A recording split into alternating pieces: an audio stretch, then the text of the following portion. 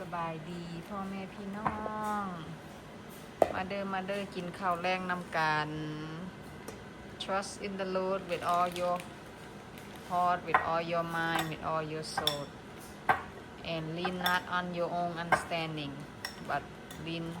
on the Lord Amen ตำบักหุ่งสไตล์ใหม่บ่มีพกมีสากก็ต้องได้เฮ็ดแบบนี้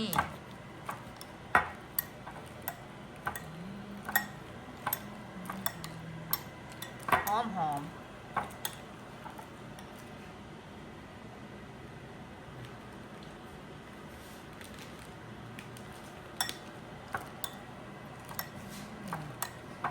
ขยะเด้อขอบคุณพระเจ้าเนาะยังมีอาหารการกินเพราะว่าสิอยู่ใสเพราะว่าสิวิธีใดก็ยังเฮ็ดกินได้